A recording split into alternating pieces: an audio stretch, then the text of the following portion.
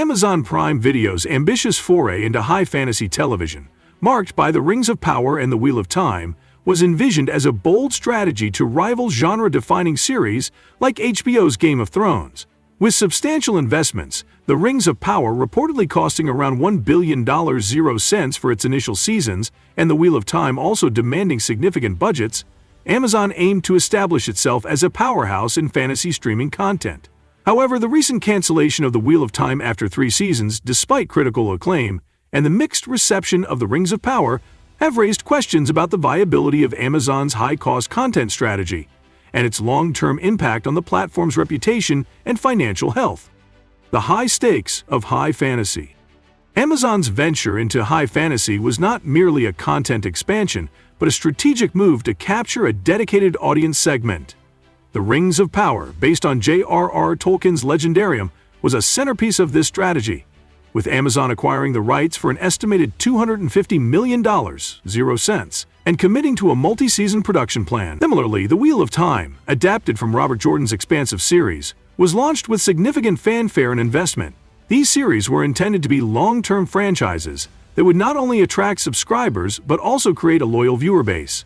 However, the execution faced challenges, including balancing fidelity to source material with broader audience appeal, managing fidelity to property implementations, and meeting high viewer expectations.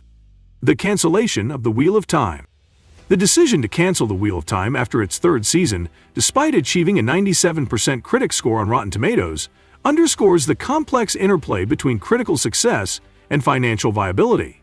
Reports indicate that while the series maintained a dedicated fan base and improved creatively over time, it suffered from declining viewership and high production costs, leading Amazon to conclude that the return on investment was insufficient.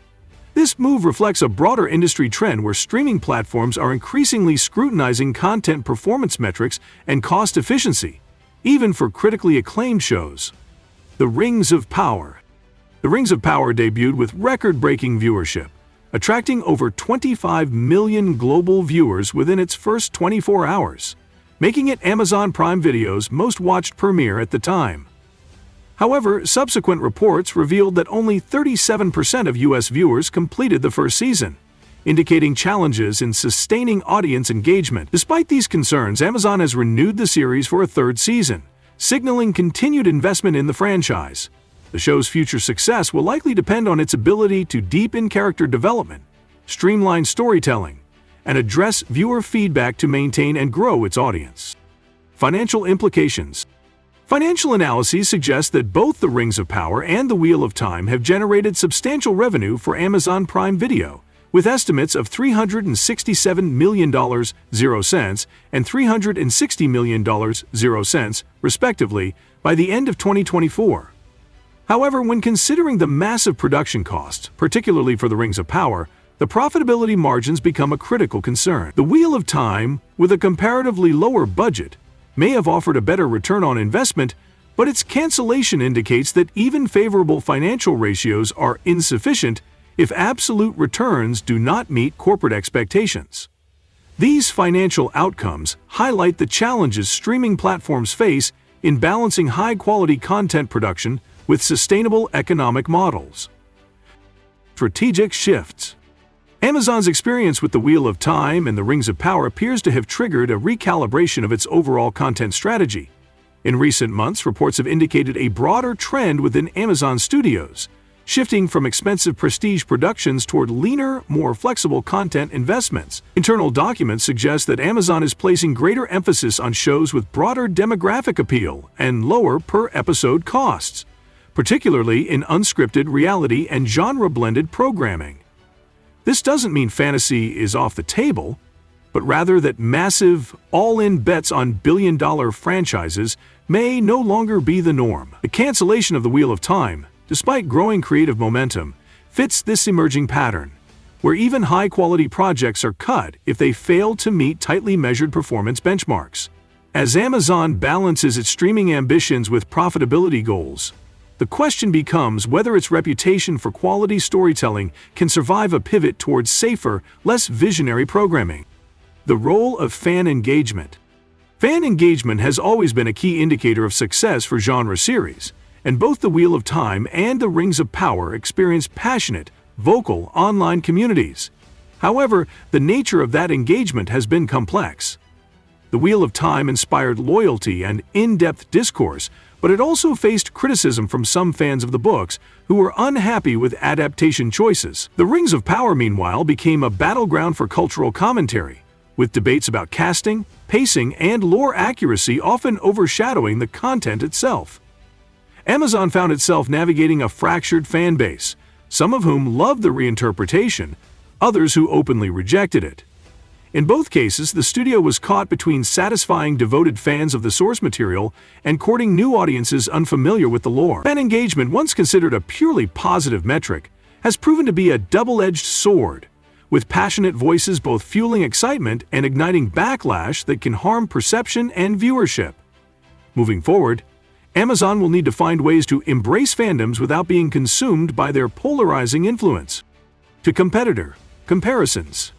While Amazon has faced ongoing challenges with its big-budget fantasy programming, its competitors have approached the genre from different angles, often with greater success or more stability. HBO, arguably the leader in prestige television, launched House of the Dragon in 2022 as a direct prequel to its cultural juggernaut, Game of Thrones. Instead of attempting to create an entirely new mythos or reinvent the genre, HBO wisely leaned into the familiarity of Westeros, anchoring the show in recognizable lore, geography, and family names. It opted for a tighter narrative scope centered on political intrigue, dynastic tension, and morally complex characters rather than sprawling high fantasy. While House of the Dragon moved at a slower pace than its predecessor, this deliberate structure allowed it to earn both critical acclaim and strong viewership, re-establishing HBO as the gold standard in adult fantasy storytelling. The show's success underscores the value of trusting the audience with nuanced storytelling rather than relying solely on spectacle or name recognition. Netflix, on the other hand, has taken a more scattershot but aggressive approach, producing a wide array of fantasy series to cast a broad net over different demographics. Series like The Witcher, Shadow and Bone, Sweet Tooth, and Cursed represent Netflix's commitment to genre diversity, but also reveal its reluctance to commit to long-term arcs without immediate performance validation. The Witcher, initially a flagship fantasy title, has faced turbulence due to inconsistent writing, cast changes, and shortened seasons. Shadow and Bone was moderately successful but canceled after only 2 seasons, despite its enthusiastic fanbase. Netflix's model relies heavily on analytics and short-term return on investment, leading to frequent cancellations that erode viewer trust. Yet its ability to scale quickly and experiment with tone, style, and subgenre gives it a flexibility Amazon has yet to master. Rather than betting everything on 1 or 2 mega productions, Netflix spreads risk across numerous smaller to mid-tier fantasy projects, some of which break through due to sheer volume and audience reach. Meanwhile, Disney Plus has taken a franchise-first approach, capitalizing on the massive appeal of intellectual properties like Star Wars and the Marvel Cinematic Universe. Shows such as The Mandalorian, Loki, WandaVision, and Andor are produced with high budgets and meticulous world-building, supported by an ecosystem of interconnected movies and merchandise. However, even Disney is now facing the downside of oversaturation. With multiple shows premiering each year across the same franchises, audience fatigue has begun to set in and engagement has declined for several recent projects. In response, Disney CEO Bob Iger announced a deliberate slowdown in franchise content, prioritizing quality and narrative focus over constant output. This correction is a critical lesson for Amazon, which similarly flooded the market with ambitious, expensive fantasy without clearly earning the long-term viewer commitment necessary to justify the scale. The combined experience of these platforms points to a clear truth. Ambition alone is not enough. Fantasy franchises must be rolled out with a coherent strategy, narrative discipline, and a genuine understanding of audience pacing. While Amazon's The Wheel of Time and The Rings of Power were promoted as tentpole achievements in television, they often felt rushed in execution or disconnected from fan expectations. In contrast, HBO's refined control over storytelling, Netflix's adaptability, and Disney's franchise strength, even if imperfect, have each proven more successful at capturing and maintaining audience trust. If Amazon hopes to rise again in the fantasy space, it must internalize these lessons, not just in production, but in marketing, community engagement, and long-term narrative planning. Long-term implications. The biggest question Amazon now faces isn't whether it can fund more shows. It's whether audiences will trust the platform to finish what it starts. After cutting the Wheel of Time midway through an unfinished story, viewers may grow reluctant to invest in new Amazon originals that promise long-term payoffs. Fantasy fans in particular value commitment. They expect multi-season arcs, emotional investment, and narrative closure. Amazon's brand as a fantasy-friendly destination has taken a hit, and it may take years and another tentpole success to fully recover that trust. Meanwhile, the shadow of the Rings of Power looms large. If Season 2 of that series fails to deliver significant creative and viewer growth, it could mark a serious reputational setback. On the other hand, if Amazon refines its storytelling, listens to feedback, and tightens its focus, it may still redeem both projects and reclaim its place in genre entertainment. In the streaming wars, a stumble isn't the end, but failing to learn from it might be. What Amazon must do to recover fully. If Amazon hopes to recover from the fallout of its ambitious but divisive fantasy investments, it must begin with one word: transparency. Viewers need to know that when they invest time, emotion, and energy into a story, they won't be left with an unfinished arc. That means committing to multi-season roadmaps only when confident and being upfront about the scope from the beginning. Amazon also needs to rebuild viewer goodwill by actively communicating with its audiences. This includes leveraging social media, behind-the-scenes content, and fan Q&As to show that creators are listening and adapting. In addition, Prime Video must develop or acquire a signature series that delivers consistent quality across seasons. Whether it's a sci-fi property, a fantasy reimagining, or a new genre altogether, the next major project must emphasize storytelling over spectacle and connection over cost.